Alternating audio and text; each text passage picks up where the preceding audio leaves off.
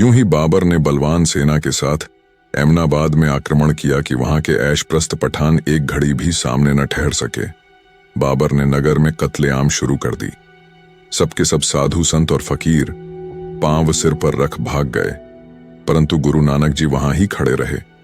यहां तक कि जालिम घोड़े पर सवार होकर कत्लेआम कर रहा था, बल्कि गुरु जी ने उस भयानक अत्याचार को देखकर अपने भगवान को पुकार कर ऊंची आवाज में कहा, एती मार पई कुरलाने तय की दर्द न आया।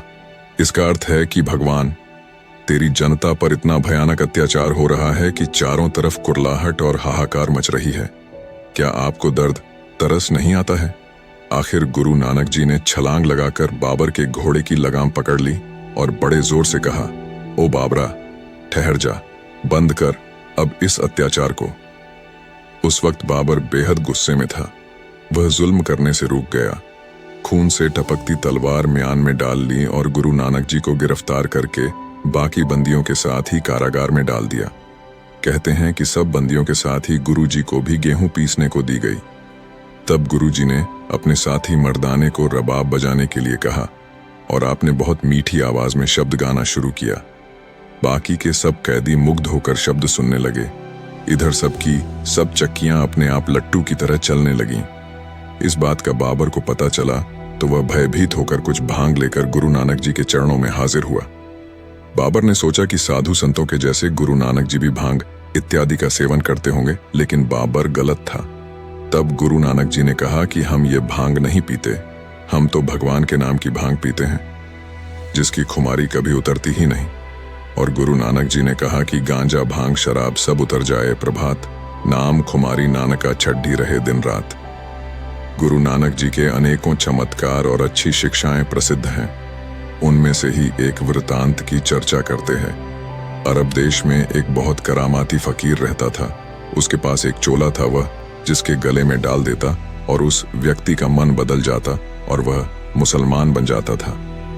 जब गुरुजी वहां गए तो उसने गुरुजी का नाम तो सुना हुआ था, इसलिए वह चोला जिसमें कुरान शरीफ लिखा हुआ था गुरुजी के गले में डाल दिया और उसके प्रभाव को देखने के लिए उत्सुक होने लगा कि कब गुरुजी बस इतना कहें कि मेरे को मुसलमान बना लो।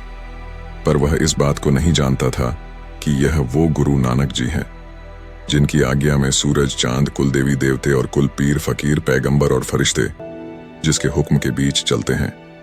इस असीमित संसार की सब माया जिसके अधीन है। जब उस फकीर ने गुरुजी के गले में वह चोला डाला तो गुरुजी ने मर्दाने को कहा, मर्दाने आंखें बंद करो। मर्दाने ने आंखें बंद कर ली। 1 मिनट के बाद गुरुजी ने कहा, मर्दाने आंखें खोलो।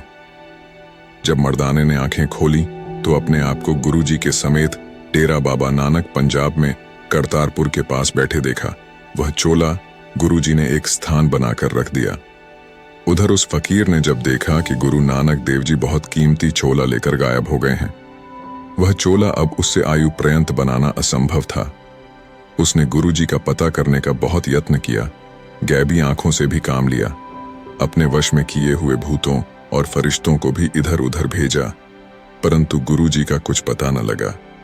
इस तरह अंत में हार कर निराश होकर बैठ गया। आखिर गुरु नानक जी ने छल कर धर्म परिवर्तन करने वाले फकीर को सबक सिखाया।